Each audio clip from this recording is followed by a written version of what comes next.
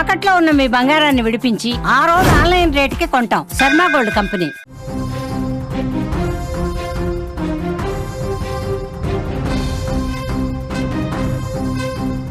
మరో big breaking news చూస్తున్నాం. బోడుప్పల్ స్వాతి హత్యలో పోలీసులకు తలనొప్పిగా మారిందని చెప్పుకోవచ్చు. ఎంత కొట్టినా కూడా మహేందర్ రెడ్డి మౌనంగా ఉన్నట్లుగా మనకి సమాచారం అందుతుంది. సీన్ రీకన్స్ట్రక్షన్ లో భాగంగా మూసీలో గాలింపు విఫలమైనట్లుగా కూడా మనకి సమాచారం. నీటి ప్రవాహంలో శరీర భాగాలు కొట్టుకుపోయి ఉంటాయని కూడా అనుమానాలు వ్యక్తం చేస్తున్నారు. పెళ్లి తర్వాత నుంచి కుటుంబంలో గొడవలు మొదలయ్యాయి. గతంలోనే స్వాతికి అబార్షన్ చేయించాడు భర్త. కీలక విషయాలు స్వాతి తండ్రి చెప్తున్నారు. హత్యలో మహేందర్ పేరెంట్స్ ప్రమేయం కూడా ఖచ్చితంగా ఉంటుంది అంటూ కూడా స్వాతి బంధువులు ఆరోపిస్తున్నారు. వివిధ కోణాల్లో పోలీసులు విచారించే అవకాశాలైతే ఈ కేసులో కనిపిస్తున్నాయి. హైదరాబాద్ మహానగరంలో సంచలనం సృష్టించిన భార్య స్వాతి హత్య కేసులో పోలీసులకు కొత్త సవాళ్లు ఎదురవుతున్నాయి. భార్యను అతి కిరాతకంగా చంపి ఆమె శరీరాన్ని ముక్కలు ముక్కలుగా నరికిన మహేందర్ రెడ్డిని పోలీసులు ఎంతగా విచారించినా అతను నోరు విప్పడం లేదని తెలుస్తోంది. అతడు మౌనంగా రోధించడం తప్ప ఏం చేయడం లేదని పోలీసులు అంటున్నారు. దీంతో ఏం చేయాలో తెలియని స్థితిలో పోలీసులు ఉన్నట్లుగా కూడా మనకి సమాచారం అందుతోంది. పోలీసుల విచారణలో నిందితుడు మహేందర్ రెడ్డి తన భార్యను హత్య చేసిన తర్వాత శరీరాన్ని ముక్కలు ముక్కలుగా చేసి మూసీ నదిలో పడేసినట్లుగా ఒప్పుకున్నాడు. అతని వాంగ్మూలం ఆధారంగా పోలీసులు వెంటనే ప్రతాప సింగారం మూసీ బ్రిడ్జ్ వద్దకు చేరుకుని గాలింపు చర్యలైతే చేపట్టారు. అయితే మూసీలో నీటి ప్రవాహం ఎక్కువగా ఉండటం వల్ల శరీర భాగాలు కొట్టుకుపోయి ఉంటాయని కూడా పోలీసులు అనుమానాలు వ్యక్తం చేస్తున్నారు. దీంతో గాలింపు చర్యలు విఫలమయ్యాయి. ఇప్పుడు ముందుగా మృతదేహ అవశేషాలు దొరికితే ఆ తర్వాత మిగిలిన విషయాలను తెలుసుకునే ఆలోచనలో పోలీసులు ఉన్నట్లుగా కూడా మనకి సమాచారం అందుతోంది. ఈ కేసు దర్యాప్తులో కొత్త విషయాలు వెలుగులోకి వస్తున్నాయి. గతంలో కూడా స్వాతి గర్భవతి అయినప్పుడు మహేందర్ రెడ్డి బలవంతంగా అబార్షన్ చేయించినట్లుగా తెలుస్తోంది. పెళ్లి తర్వాత మహేందర్ తల్లిదండ్రులకు స్వాతి అంటే ఇష్టం లేనట్లుగా కూడా ప్రవర్తించారని, నిత్యం గొడవలు జరిగేవని సమాచారం. కొన్ని రోజుల క్రితం ఇంట్లోకి మహేందర్ కత్తులు తీసుకొచ్చాడని స్వాతి తన తల్లికి చెప్పినట్లుగా స్వాతి తల్లి చెప్పడం చూశాం. ఆ సమయంలోనే గొడవల వల్ల ఈ కేసును పోలీస్ స్టేషన్ వరకు వెళ్లిందని కూడా సమాచారం. అప్పట్లో స్వాతి కూడా కేసునైతే ఫైల్ చేసినట్లు కూడా పోలీస్ స్టేషన్లో తెలుస్తోంది. మళ్ళీ కూడా మహేందర్ మంచిగా ఉంటానని చెప్పి తనని అలాగే ఇంటికి తీసుకొచ్చినట్లుగా కూడా తెలుస్తోంది. వాళ్ళ మధ్యలో మళ్ళీ సయోధ్య కుదిర్చారు కుటుంబ సభ్యులు, పోలీసులు. అలాగే మంచిగా కూడా ఆ కేసుని వాపస్ తీసుకుని కూడా ఇంటికి వచ్చినట్లుగా తెలుస్తోంది. అంటే పెళ్ళైనప్పటి నుంచి కూడా వీళ్ళిద్దరికి అంటే ప్రేమించాడు కానీ పెళ్లి చేసుకోవడం మహేందర్ రెడ్డికి ఏ మాత్రం ఇష్టం లేదు అని చెప్తున్నారు. ఎందుకంటే ప్రేమ వివాహం ఎప్పుడైతే బయటపడిందో పరువు కోసం కావచ్చు, నలుగురు ఏమనుకుంటారో తన పిల్ల కోసం అని అనుకోవచ్చు.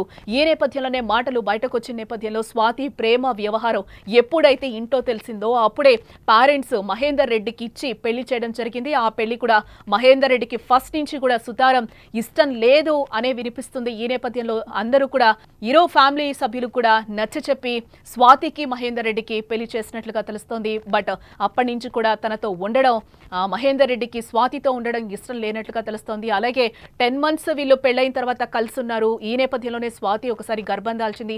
ఆ గర్భాన్ని కూడా ఆయన తీసేయించాడు అనేది కూడా స్వాతి పేరెంట్స్ అయితే చెప్తున్న సందర్భం కనిపిస్తుంది. బట్ అప్పటి నుంచి కూడా ఇప్పటి వరకు స్టిల్ వాళ్ళు కాపురంలో గొడవలు జరుగుతూనే ఉన్నాయి. ఇద్దరి మధ్య మనస్పర్ధలు వస్తూనే ఉన్నాయి. ఎందుకు అంటే ఫస్ట్ నుంచి కూడా మహేందర్ రెడ్డికి ప్రేమించాడు కానీ బట్ పెళ్లి చేసుకోవడం కూడా అసలు ఇష్టం లేదు అని చెప్తున్నారు. నలుగురు వచ్చి సర్ది చెప్పి పెళ్లి చేశారు. బట్ అప్పటి నుంచి కూడా ఇష్టం లేకుండానే తనతో స్వాతితో ఉంటున్నట్లుగా తెలుస్తోంది.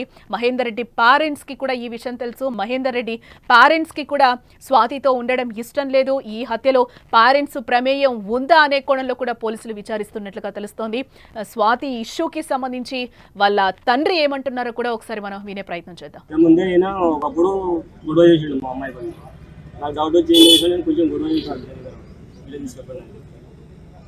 తీసుకుంటే గొడవ చేసిన తర్వాత ఇక పోలీస్ స్టేషన్కి పోయినాం మేడం.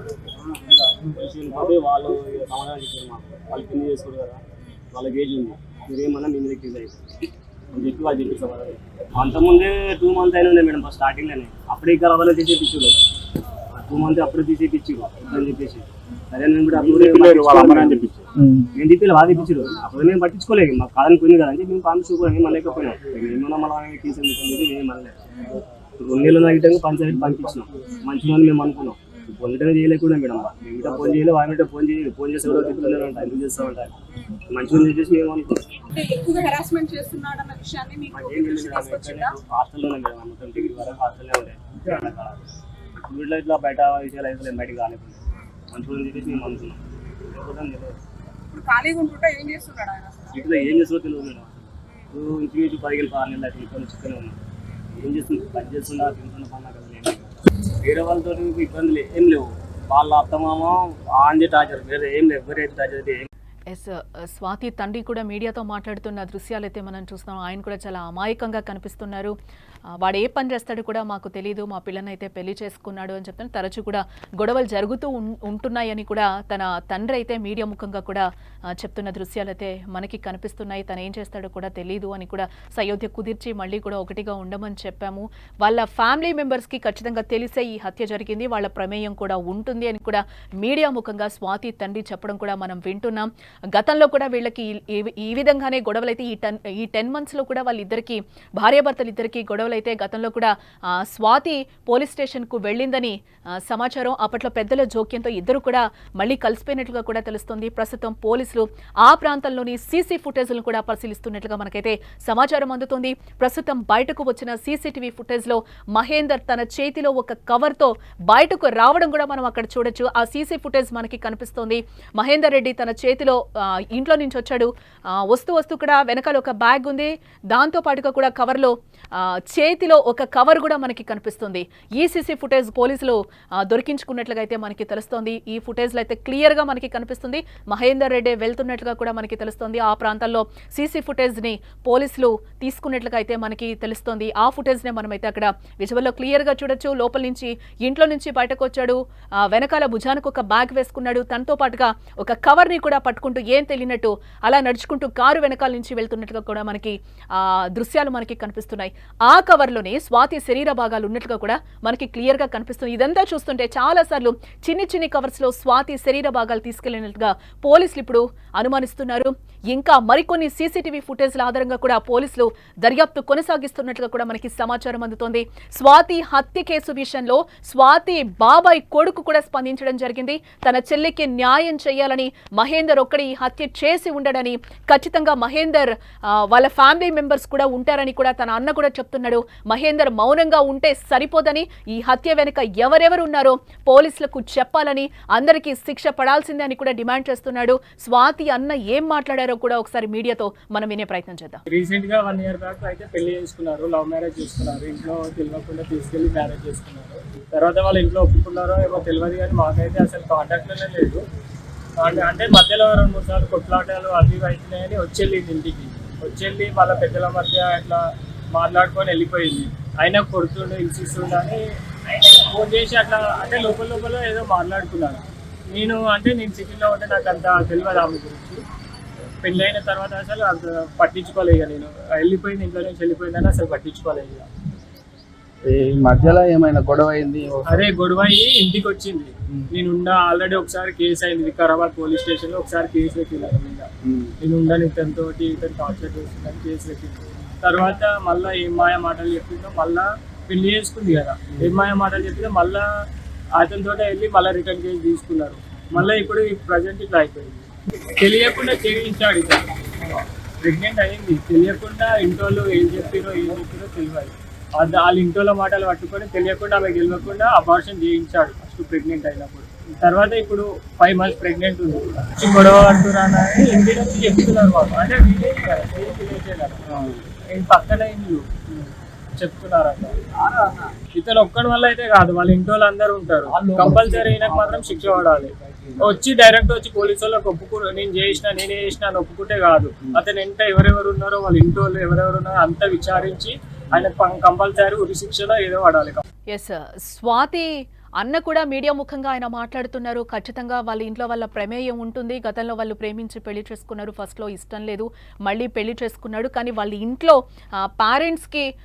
పేరెంట్స్ ఒప్పుకున్నారో లేదో, వీళ్ళ లవ్ని యాక్సెప్ట్ చేశారో లేదో కూడా తెలీదు. మాతో కాంటాక్ట్లో లేదు స్వాతి. తర్వాత మధ్యలో ఒకసారి ఈ 10 నెలల మధ్యలోనే ఒకసారి గొడవైంది.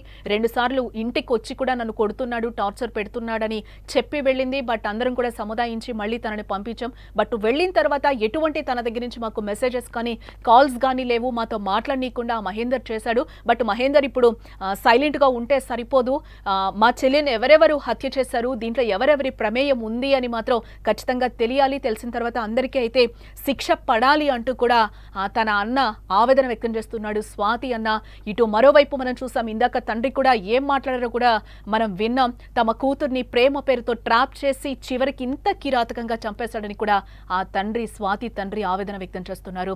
మృతురాలు స్వాతి, నిందితుడు మహేందర్ రెడ్డి ఇద్దరు మేడిపల్లి గ్రామస్తులు. వీరి ఇల్లు పక్కపక్కనే ఉంటాయి. ప్రేమ పేరుతో మహేందర్ రెడ్డి తన కూతుర్ని పూర్తిగా ట్రాప్ చేసి 2023లో ఇంటి నుంచి తీసుకెళ్లిపోయి పెళ్లి చేసుకున్నాడని స్వాతి తండ్రి రాములు ఆవేదన వ్యక్తం చేశారు. మీడియా ముఖంగా కూడా ఆయన ఆవేదన వ్యక్తం చేస్తున్నారు. ఈ విషయంపై తాను పోలీసులకు ఫిర్యాదు చేసినా ఇద్దరు మేజర్లు కావడంతో తాము ఏం చేయలేము, వారికి హాని తలపెడితే తమపైన కేసు అవుతుందని కూడా పోలీసులు చెప్పి రాములుకి చెప్పడం, మళ్ళీ అక్కడ వాళ్ళు ఎక్స్ప్లెయిన్ చేయడం కూడా జరిగింది పోలీసులు. పెళ్లైన తర్వాత మహేందర్ రెడ్డి తన కూతుర్ని మొదటిసారి గర్భవతి అయినప్పుడు ఆమెకు తెలియకుండానే అబార్షన్ చేయించాడని కూడా రాములు చెప్తున్నారు. ఆ తర్వాత హైదరాబాద్ తీసుకెళ్లి ఆమెను ఇంట్లో ఒంటరిగా వదిలేసి చెప్పకుండా వేరే ఊరు వెళ్లిపోయాడని, తినడానికి కూడా ఇబ్బంది కావడంతో స్వాతి మళ్ళీ తమ ఊరు వచ్చేసిందని కూడా ఆ తండ్రి చెప్తున్నారు. కానీ అత్తా మామల ఇంటికి వెళ్ళిందని, అక్కడ నానా ఇబ్బందులు పెట్టడం, మహేందర్ ఇంటికి రాకపోవడంతో పెద్ద మనుషుల సమక్షంలో పంచాయతీలు పెట్టి పరిష్కరించుకున్నామని కూడా తండ్రి ఆవేదన వ్యక్తం చేస్తున్నారు.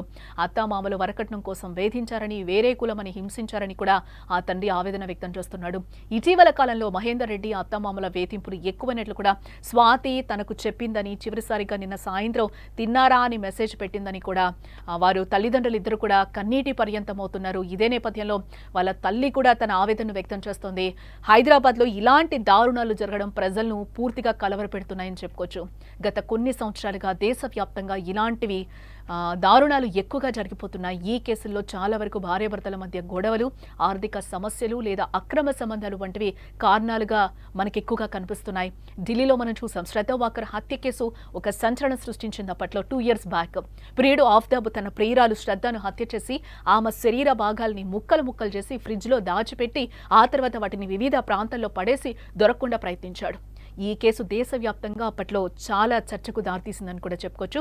అదేవిధంగా ముంబైలో సరస్వతి వైద్య అనే మహిళ హత్యకు గురైన ఘటన కూడా చాలా భయంకరమైందని చెప్పుకోవచ్చు.